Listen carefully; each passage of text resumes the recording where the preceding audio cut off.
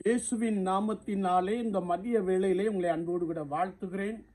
குயவனை என்ற நிகழ்வின் அடிப்படையிலே விலகி போகாதிருங்கள் என்ற வசனத்தை நாம் தியானித்துக் கொண்டிருக்கிறோம். இன்றைக்கும் எரேமியா தீர்க்கதரிசியின் புஸ்தகம் 2ஆம் அதிகாரம் 36ஆம் வசனத்தை நாம் வாசிக்கின்ற போது, நீ உன் வழியை மாற்றி மாற்றி இவ்வளவாய் விலகி போகிறதென்ன என்ற ஒரு வார்த்தையை நாம் இங்கே வாசிக்க முடியும். ஆண்டவர் தம்முடைய ஜனங்களை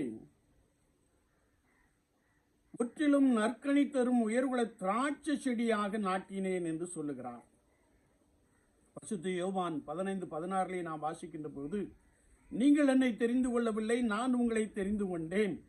நான் உங்களை எதற்காக தெரிந்து கொண்டேன் என்றால், நீங்கள் கனி கொடுக்கும்படிக்கும் உங்கள் கனி நிலைத்திருக்கும்படிக்கும் நான் உங்களை ஏற்படுத்தினேன் என்று சொல்லுகிற ஒரு வசனத்தை நாம் மிக தெளிவாக வாசிக்க முடியும். ஆண்டவர் நம்மை ரட்சித்து ரட்சிப்பின் அனுபவத்திலே நாம் நிலைத்திருந்து அநேகருக்கு முன்பதாக நற்கனி நிறைந்தவர்களாக, நற்குணம் நிறைந்தவர்களாக, நற்சாட்சி பெற்றவர்களாக ஆண்டவர் நம்மை ஏற்படுத்தினேன் என்று சொல்லுகிறார். ஆனால் நாம் தொடர்ந்து கர்த்தருடைய வார்த்தையை வாசிக்கின்ற போது, நீ எனக்கு காட்டு திராட்சை செடியின் ஆகாத கொடியாய் மாறி போனாய் என்று சொல்லுகிறார். இன்றைக்கு கர்த்தருடைய ஆலயத்திலே நாட்டப்பட்டு இருக்கிற கர்த்தருடைய ஜனங்கள் என்று சொல்லப்படக்கூடிய வாழ்க்கையின் அனுபவங்களை நாம் பார்க்கின்ற பொழுது, ஆகாத கசப்பான ஒரு அனுபவத்தை உடையவர்களாக இருப்பதை, அல்லது காட்டு திராட்சை செடியின் அதிசயங்களை பெற்றவர்களாக வாழுவதை நாம் நன்றாய் அறிந்திருக்க முடியும். ஆண்டவர் எதற்காக சபையில் நம்மை வைத்திருக்கிறார் என்ற நோக்கமில்லாதபடிக்கு சுய சித்தம், சுய விருப்பத்தை நிறைவேற்றும்படியாய் வாழுகின்ற பெரும் கூட்டத்தை நாம் பார்க்கிறோம்.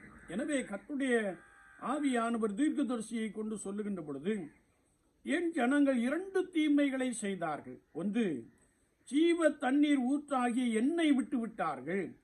தண்ணீர் நிற்காத வெடிப்புள்ள தொட்டிகளை தங்களுக்கு வெட்டி கொண்டார்கள் என்ற ஒரு வார்த்தையை நாம் வாசிக்க முடியும். என்னை கேட்டுக்கொண்டு இருக்கிற என் அன்பு சகோதரனே, சகோதரியே, பரிசுத்த ஆண்டவர் கர்த்தருடைய பரிசுத்த சபையிலே அல்லது கர்த்தருடைய சரீரமாகிய சபையிலே உங்களை வைத்திருப்பதின் நோக்கம், நீங்கள் நற்கனி தரும் திராட்சை செடியாக வாழ வேண்டும் என்பதற்காக.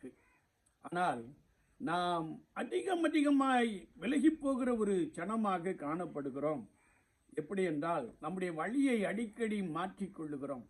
ஆலயத்திற்கு வந்தால் ஒரு வழி, வீட்டிலோ அல்லது பணி செய்கின்ற இடத்திலே நம்முடைய வாழ்க்கையை பார்த்தால் வேறு விதமான ஒரு அனுபவத்தை நாம் பார்க்கிறோம். எனவேதான் கர்த்தருடைய ஆவியானவர் தீர்க்கதரிசியை கொண்டு சொல்லுகின்ற பொழுது, நீ உன் வழியை மாற்றி மாற்றி இவ்வளவாய் விலகி போகிறது என்ன என்று சொல்கிறார். நான் உன்னை ரட்சித்ததின் நோக்கம், நான் உன்னை கர்த்தருடைய சபையிலே வைத்திருப்பதின் நோக்கத்தை நிறைவேற்றும்படியாய் நீ எனக்கு நற்கனி தரமாட்டாயா என்று கேட்கிற ஒரு வார்த்தையை நாம் வாசிக்க முடியும்.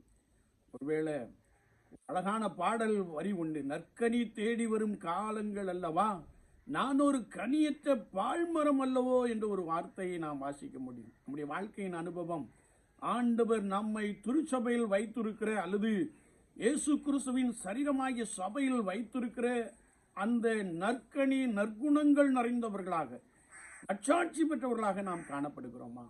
இல்லை என்றால் நான் இன்னும் ஆண்டவரை விட்டு விலகி போகிற ஒரு கூட்டமாக காணப்படுகிறோம். கர்த்தர் அதில் பிரியமாய் இருக்க மாட்டார். நம்முடைய வாழ்க்கையை நாம் மாற்றிக்கொள்வோம். கர்த்தருக்காக பலமாய் வாழ்வோம். ஆண்டவர் உங்களோடு இருந்து பெரிய நன்மைகளை கொடுப்பாராக. ஆமீன், ஆமீன்.